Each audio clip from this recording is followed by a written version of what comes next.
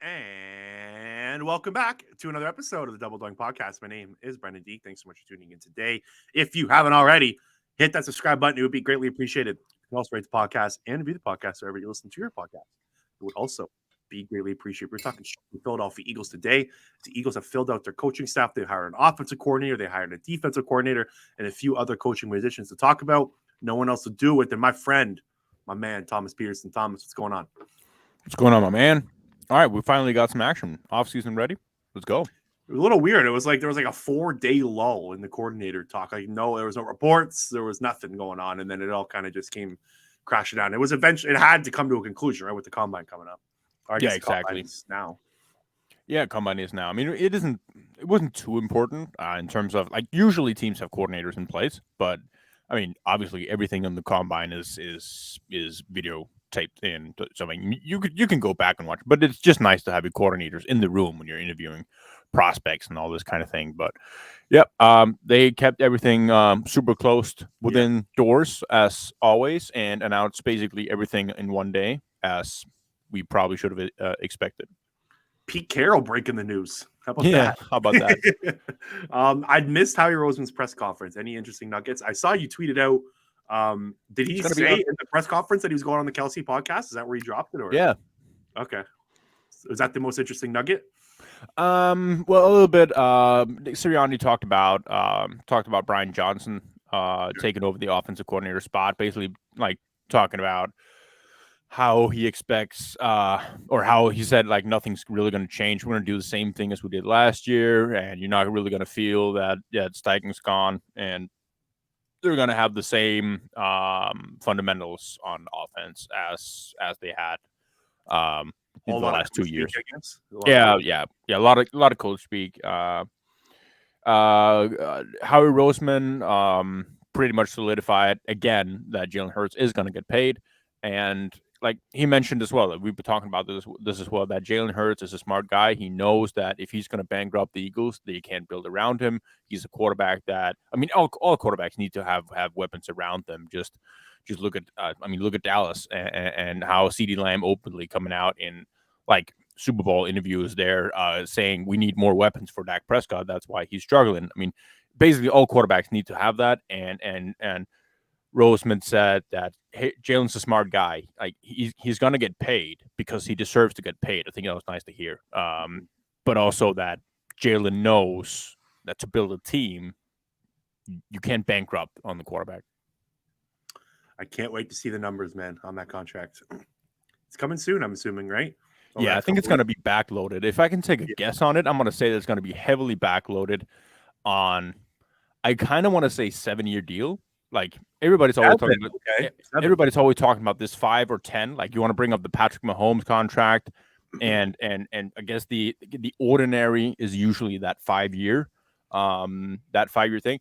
I would imagine, like I could imagine a scenario where 7 or let's say 5 or 6 year extension, so that you get the year on his rookie contract where they basically bump up the salary there, and then backload the contract into the years where everything is going to be prorated with the cap going up, so they can manage everything now in the void years they've created in the last several years. And then once Jalen Hurts' numbers really hit, that's when you hope you have a new core and a much higher cap space to work with.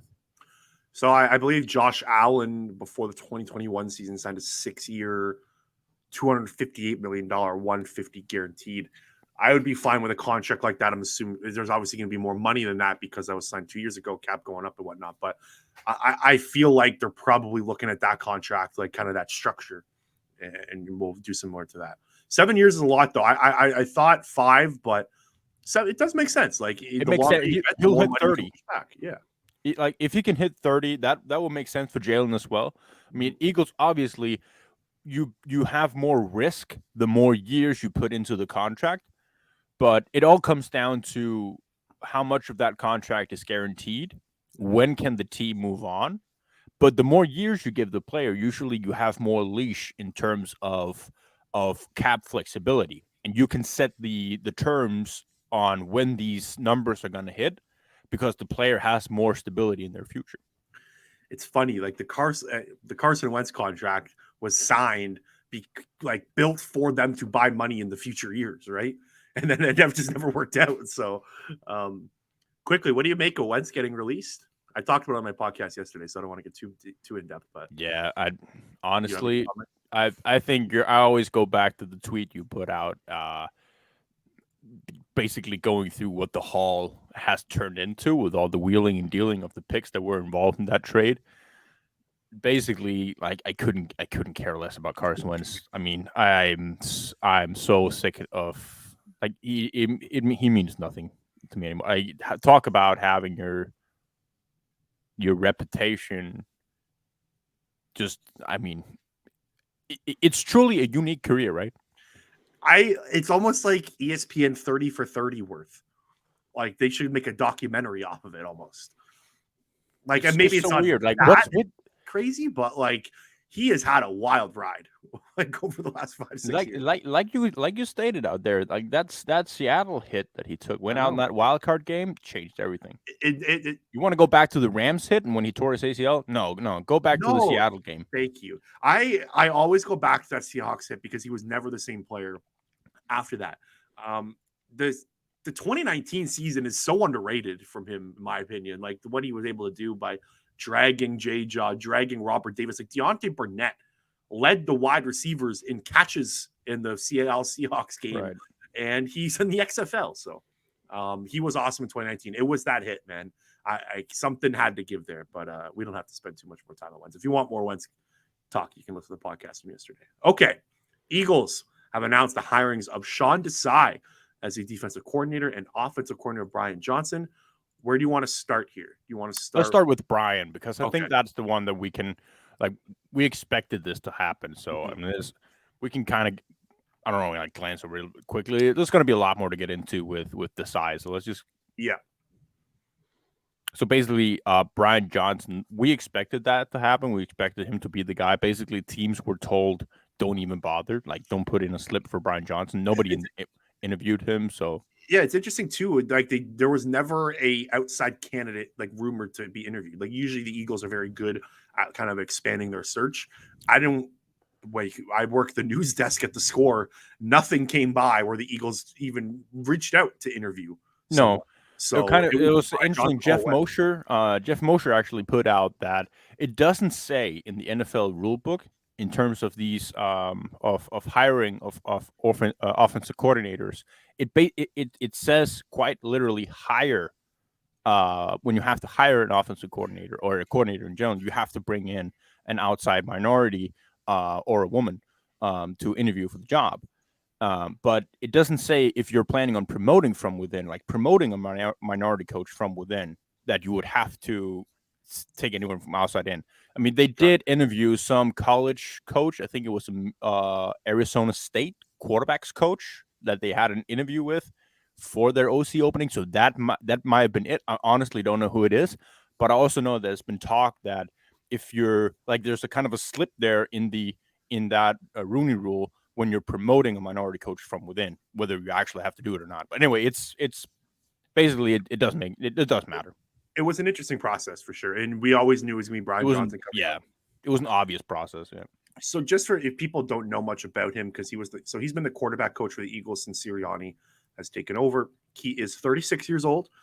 He has a really interesting resume, and we talked about this on a previous episode. It was about a month ago, when we were talking before this. I think it was before the Super Bowl about the Eagles potentially losing Shane Steichen and the inevitability of it. And I really like Brian Johnson just as a person and as just the resume he brings and what he can, the different ideas, the different offenses that he's been working with or worked under. Like just take a look at his resume. He was a quarterbacks coach at Utah in 2010. He was an offensive coordinator there a couple years later, so he got a promotion. Then he was a quarterbacks coach at Mississippi State where he worked under Dak Prescott, which Dak Prescott turned out to be a great NFL player, and he's a top 10 quarterback. I think he's a top 10 quarterback, depending on who you talk to. But again, he developed a top 10 quarterback there. And then he went to Florida Houston as the offensive coordinator and quarterback coach there. Then when a new regime came in, he went to Florida as a quarterbacks coach, worked his way up to offensive coordinator. There he was kind of the mastermind of that. One of my favorite college offenses that I've watched since kind of scouting tape, that Florida offense in 2020 was like, I love that. The Kadarius Toney, Kyle Trask, the Kyle Pitts offense, I loved when I was scouting the players that year, and he was that mastermind behind that. So just like name all the schools I just named off, all the different places he went to, all the different ideas that he's been able to absorb.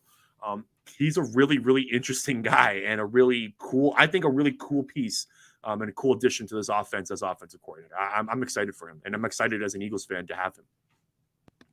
Yeah, and we talked about it as well, that the next step for Jalen Hurts is the mental processing of the game pre-snap, and there's no one else better to do it and to work with than Brian Johnson. And I like Sirianni, with all the coach speak, that the offense is not going to look very much different. I beg to differ. Like, I agree. I think Brian Johnson has a much better feel for where Jalen Hurts is within a game, and I think we're going to see we might not see a much different formation wise. Like, they're going to run their 12 personnel out there. They're going to want to have Dallas Goedert, Jack Stoll, Devontae Smith, and AJ Brown on the field at the same time with whoever's at running back come that time. So we're going from formation wise, we might see the same, but I think it's going to be very different in terms of the play calling. And Brian is going to be calling plays. Sirianni confirmed that before, that whoever will be the OC will take over the play calling duties there. So I think it's the Shane Steichen head coaching job couldn't have come at a better time, because I think it would have been a big time loss and a missed opportunity in the development of Jalen Hurts and the continuous development of Jalen Hurts if Brian Johnson left.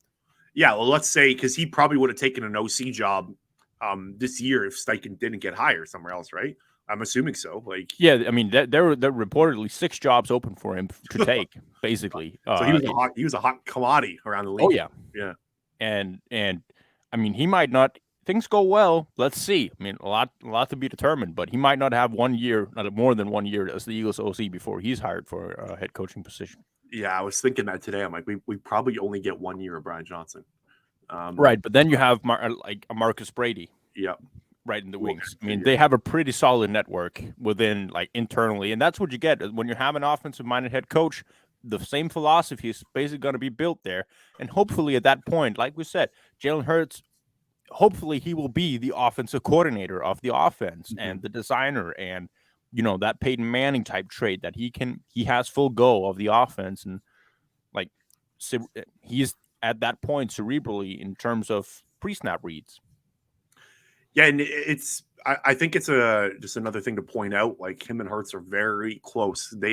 So Brian Johnson, when he was a player, I don't know, it was Robert Lee E. High School, something like that. I saw the quote earlier today. Jalen Hurts' dad coached Brian Johnson at that high school when Johnson was a football player, and Hurts was a kid running around like at practice, probably picking up balls, doing whatever a 4 or 5 year old does. So this has been a connection for a while, and it's pretty cool how it all came together, right? Like, now he's the offensive coordinator of his offense. Yeah. It's spectacular. You get that meme that "look at us." Yeah, exactly. Yeah, it's spectacular how it all kind of just came into place. And I remember, it's funny. I remember when they hired Brian Johnson 2 years ago, and when I was digging up, I was like, "Who is Brian Johnson?" I found the connection to Jalen Hurts. In my head, I was like, "Is Wentz sticking around? I don't think Wentz is going to like this." And then they end up trading Wentz. Like, I think it was like a week later, right? So it's almost like, who knows what the conversations were like in the building when they hired Brian Johnson, but I'm assuming there was definitely some talk about, okay, let's get him in to lead Jalen Hurts. Like, that had to have been the main focal point or the main reason why they hired him. Yeah, for sure. I mean, and obviously Wentz didn't deal with it very well. No, for sure. He was probably already halfway out the door at that point. Yeah, probably. I remember thinking in my head, I'm like, okay, Wentz is probably gone now. I guess you can say he couldn't have handled it any worse. Yeah, exactly. Okay. Anything else on Brian Johnson? I don't really have much else. We've spoken about him a lot. I'm sure Eagles fans probably know of him, so there's not much else really to dive into. No, the only thing that would be Brian Johnson's replacement, Alex Tanner, I believe. And so he's been with the Eagles for a long time as well. Been there as an offensive quality control assistant and played quarterback himself. Right, he has one Yep. of the 2 touchdowns thrown to Dorial Green Beckham, so that in itself is an achievement. Is that Mark? Oh, Alex, the new quarterback coach, right? Yeah, the new quarterbacks coach. I played for the Titans. Am I correct there? Was he a Titan? That would make sense in terms Yeah. of the Dorial Okay. Green Beckham touchdown connection. Gotcha. So they also we'll just fill out the offensive staff because they also hired a couple other guys. Marcus Brady is now a senior offensive assistant there. Canadian connection, of course, to me, baby. He used to be the Toronto Argonauts quarterback, and I think he coached in the CFL for a bit. And then he was with Frank Reich in Indianapolis as the offensive coordinator, I believe, last year, right? So when he was fired midway, he was fired early on in the season. That was a Jim Irsay, like, I'm taking over here. We're bringing in Jeff Saturday. We're doing all this wonky shit. And Marcus Brady was kind of caught in the crossfire there. So he's now an offensive assistant. Like you brought up, he's probably in line to take over a higher ranking position in the Eagles offense at some point. And then we struggled with the pronunciation, and we don't know the pronunciation on this guy. Is it Paganetti? I'm going with Paganetti. TJ Paganetti. I don't have any better. Paganetti. You got Sirianni, like I said, you needed an Italian one. Sirianni needed some Italian folk around him, but yeah, they're getting espressos back there. TJ Paganetti has been hired as the run game specialist and assistant tight ends coach, so he'll be probably working aside with Jeff Stoutland. You'd be Jeff Stoutland's right hand man through the run game. That's the offense. Anything else before we move on to the defense? The kind of the big ticket. No, just to reiterate what we said before and what's already out is Jeff Stoutland is signed through how long? Yeah, I don't know if they gave the details of how long. It was a multi-year extension at least. So he's good in the position he's in. Massive for him to stick around. We'll see if he wants to take I guess at any point, Stoutland can say, "I want to be OC." I'm like, yeah, sure. Exactly. Yeah. He's probably, I wonder how many teams have tried to pry him away. I'm assuming he's probably got like head coaching interviews right. Also, college teams, Alabama, always like every year sounds like they're just like, "You want to come back?" Arguably the most valuable assistant coach in the NFL. Absolutely. Mm-hmm. Okay, before we get on to Sean Desai and the big news of the day, I have to let you know that today's support for the episode is True Classic. As a people-driven brand, True Classic believes that the clothes you wear should make you feel confident and comfortable so you can show up as the best version of yourself every day. This is your one-stop shop for all your wardrobe essentials. Their shirts have a premium fit that's tighter in the shoulders and biceps with an extra boost of confidence. From t-shirts and polos to activewear, denim, button-downs, hoodies, joggers, boxer briefs, and everything in between, they have everything you need. Time to upgrade your wardrobe today. Finally, a brand that keeps things consistent. True Classic is built and designed for a man's body, so no matter which product you buy, you can feel confident that you'll get a premium fit that's consistent across all styles. Break up with your go-to shirt and make the switch to True Classic. Companies have been overcharging their customers for years. True Classic sells premium clothing without charging a premium price. High-quality clothing shouldn't cost a fortune. Get comfortable, get going, and upgrade your wardrobe with True Classic. It's 25% off at TrueClassic.com using code DOINK, D-O-I-N-K, DOINK. Free shipping is included on purchase over $100. A 100% risk-free guarantee with a 30-day return policy. You can't go wrong. It looks good. It feels good for a reason. It is True Classic. Okay, Thomas. Eagles have hired Sean Desai as the defensive coordinator. Give me your just original thoughts here, bud. He's not he's not Jonathan Gannon. So one of my takes on this situation, just right out the gate here, is I am happier that Jonathan Gannon is not. I'm happier that Sean Desai is the defense coordinator, not Jonathan Gannon. Yes, that's as basic as a take as it can get. Yeah, and I think I would have had that no matter who they signed. To be honest, it's something else.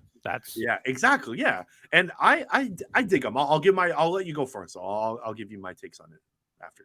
Well, the obvious thing, he comes from the Vic Fangio tree.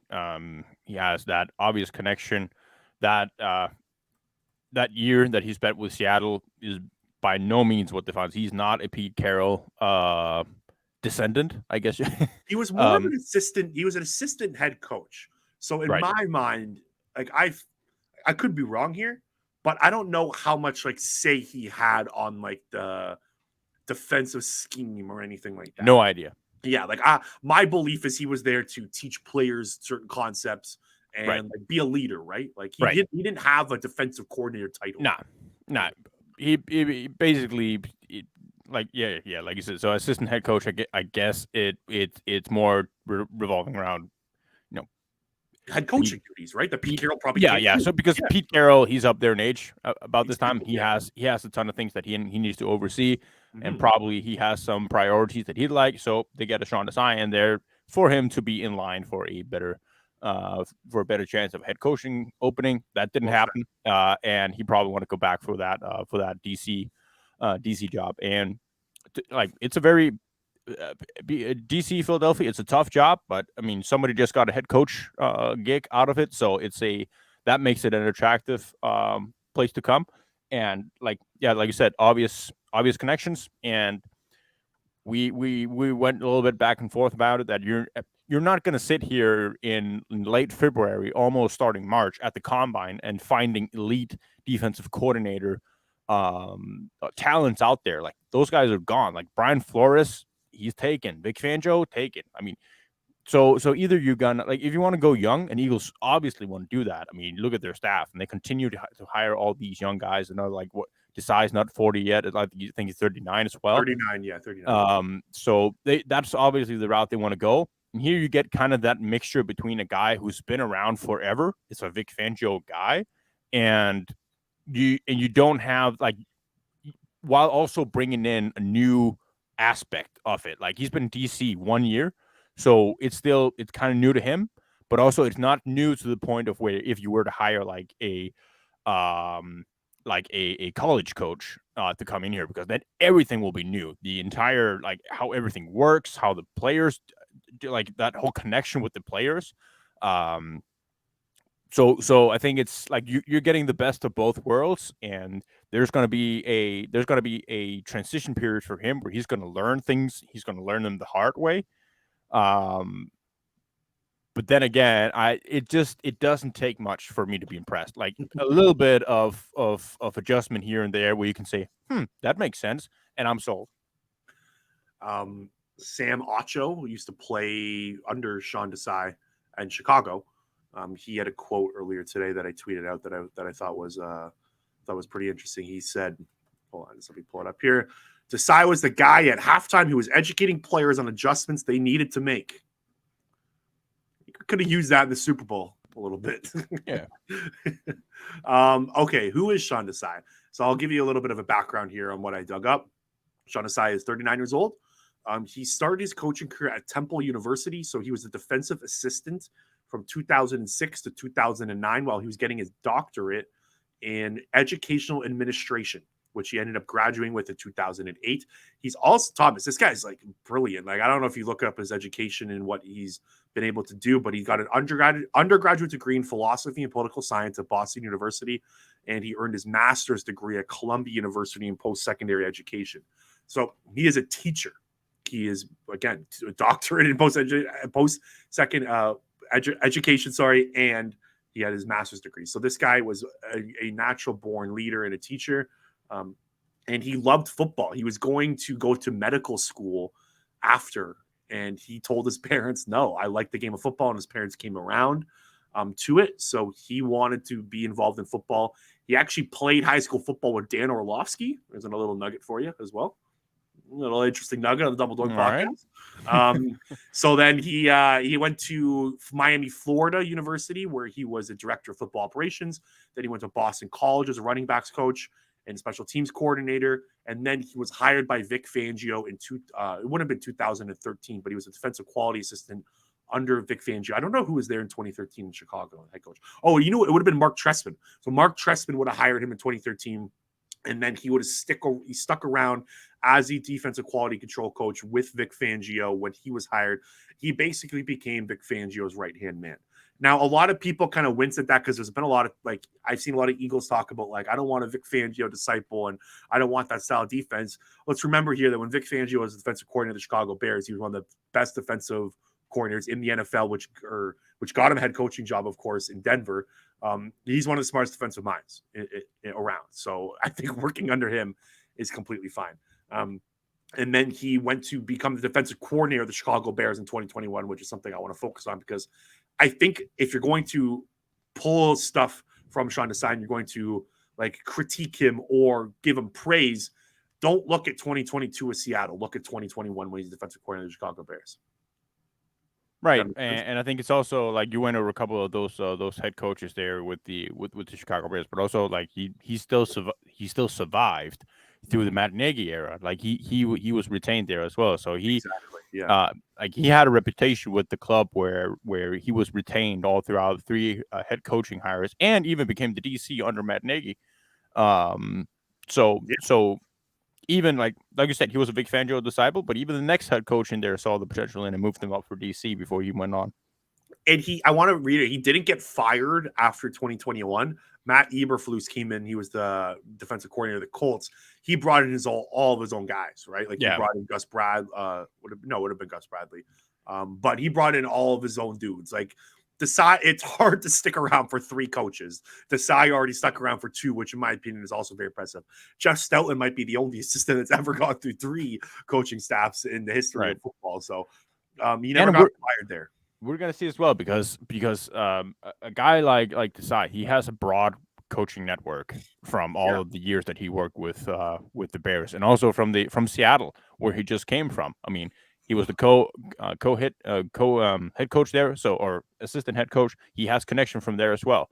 And right now, we don't know like whether Denard Wilson, who was the obvious like in-house choice for the DC opening, we don't know if he's going to stick around. I wanted to ask you about that kind of at the end. What's going to happen with Denard Wilson? Right. So we know the players love him. Like they've been vouching for him. Like Chauncey Gardner-Johnson came up on Twitter saying he wouldn't be the same player without him. And Darius Slay retweeted that, quote tweeted something like he's the best, whatever. So players obviously like Denard Wilson there, but also like it would make sense for Desai to have his own say in who he brings in and who he doesn't. And already now, like they still need a linebackers coach. I think I saw. Let me just stall a little bit here. I think I saw that an obvious choice for linebackers coach also from Denmark, Thomas Petersen. There we go. I mean, how old is Nick Rallis? 29. 29. You're 29, right? Exactly. I mean, what am I doing here?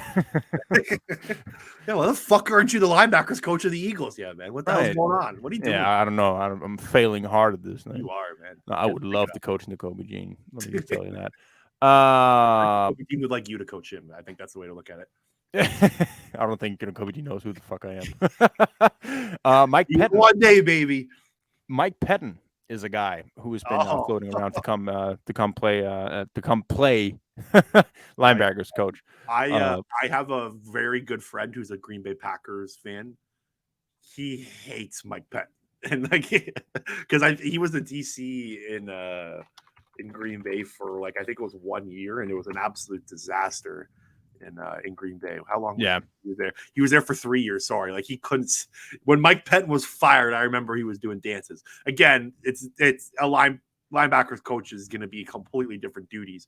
When people were throwing the name Mike Pettin out there for the Eagles defensive coordinator interviews, I was kind of like laughing at myself. I was like, I wonder, his name's Brendan. I was wondering another Brendan. Like what if Brendan would think of Mike Pettin was hired as the Eagles defensive coordinator, but he was the linebackers coach with the Ravens. What's the connection to Sean Desai there? He was a senior defensive quality control coach with the Bears in 21. Ah, gotcha. There it is. A couple things. So you brought up that CJ Gardner-Johnson and Darius Slay both praised Denard Wilson. I was doing some digging, and there's two players that I saw like praised the Desai hire. So Kyle Long, who was an offensive lineman for the Bears during that tenure, praised the hell out of Sean Desai when he was hired as defensive coordinator of the Bears in 2021. He loved him, and I already brought up Sam Acho, who was like singing his praises on Twitter. Emmanuel Acho dropped a video earlier today, his brother, about how good this hire is for the Eagles. So just because Denard Wilson isn't going to be the next defensive coordinator, the players, in my opinion, are still going to love Sean Desai. Like I brought up, he has a doctorate in education for older for high school kids and post-secondary education. Like that is so cool in my opinion, to be able to have a defensive mind like that who's coached under so many different guys, to have this style of education, to be this smart at such a young age. Like I think it's a great fit, and I think him, Nick Sirianni, and Brian Johnson are going to work well together. And this is it's exciting, like to have a Super Bowl, to go to a Super Bowl, and then to hire these two young, promising minds is really cool. And Eagles fans should be excited. Right, and also it's just going to be like there's going to be so much movement on defense. We know about all the free agents. It's going to be a, if not totally, then at least partially revamped defensive staff. We have a billion free agents on defense. The defensive line, linebackers, and secondary is going to look different. So it's going to be the offensive. It's going to be the Jalen Hurts show, and we'll see what defense comes up with. A couple more things before we get out of here. So I dug up some stats. So I want to dig up a ton more on that. I want to watch some 2021 Bears film and kind of see exactly what Sean Desai had. There was a clip I did see on Twitter where he had Robert Quinn and I can't remember the other defensive end, like lined up basically side by side, and they had a stunt where Robert Quinn came inside. Like he's very, it might have been Khalil. It would have been Khalil Mack, yeah, for sure. So they crossed each other's paths. Like he seems like a very creative mind with the way he was able to kind of free up Robert Quinn that year. Robert Quinn I think Khalil Mack might have got hurt. Oh no, wait, it's 21. So Mack would have been with Oakland, right? No, Oakland traded him to Chicago. Oh, right. I think Mack got hurt that year. That's because this year was the first year with Mack in LA. He only played 7 games in 2021. He had 6 sacks.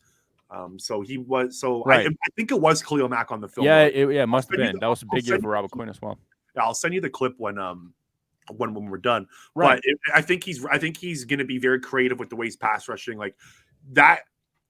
The idea of having Josh Sweat and Hassan Reddick probably pumps him up, and being able to use him in creative ways.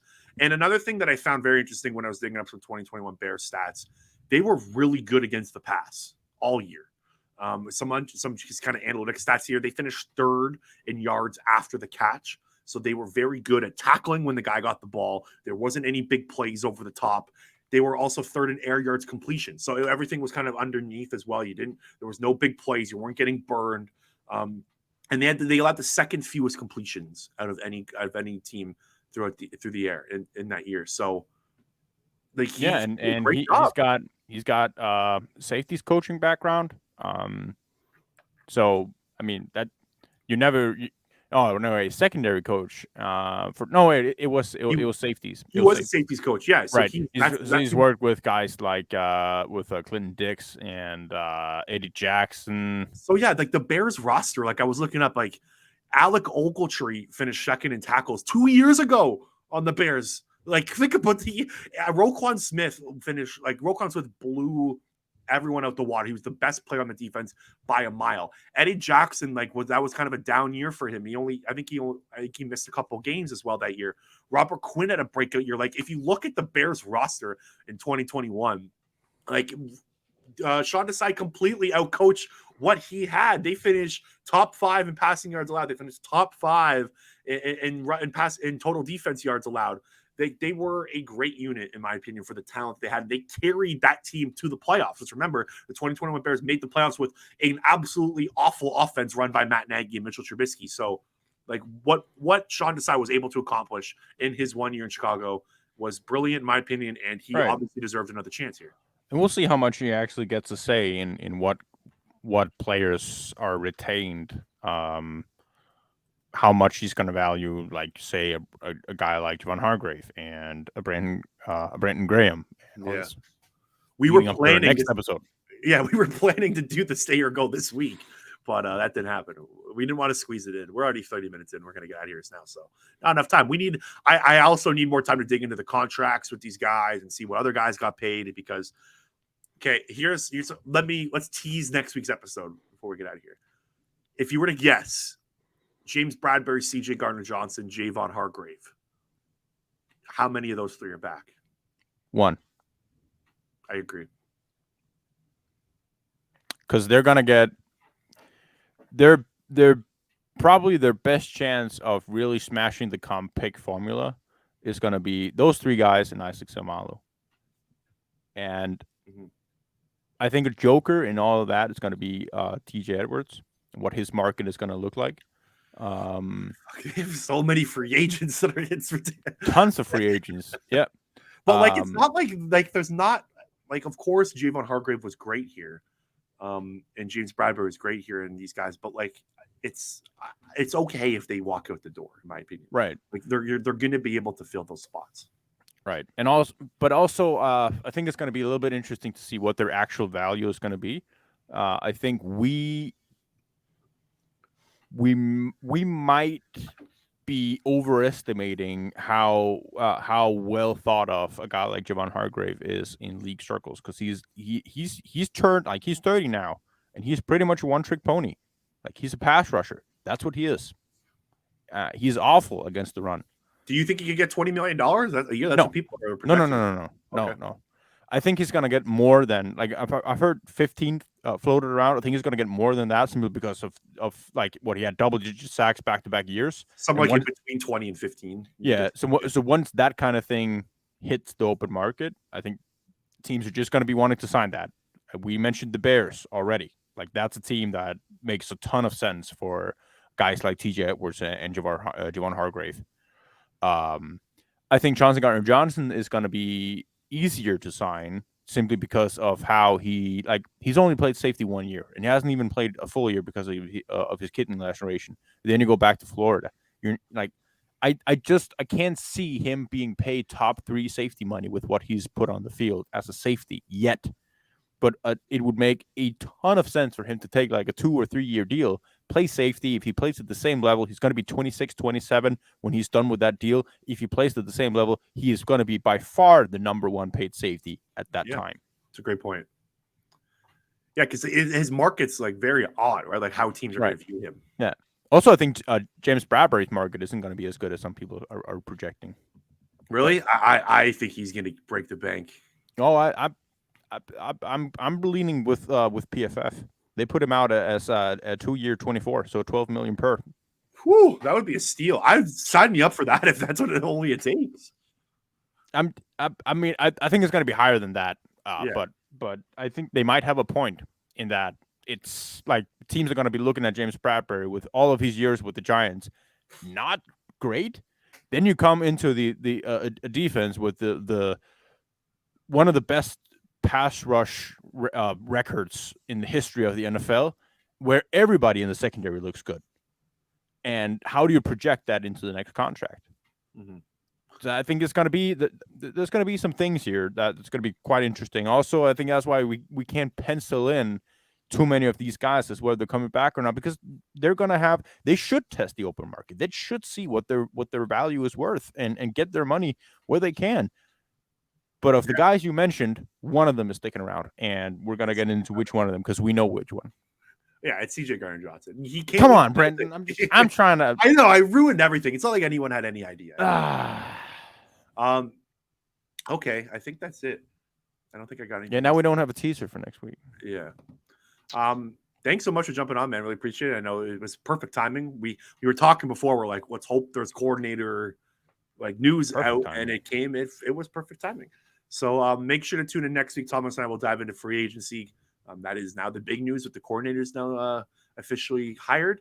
Make sure to hit the subscribe button if you haven't already. Make sure to check out True Classic and BetterHelp. Great sponsors. Thank you for them for helping out the show.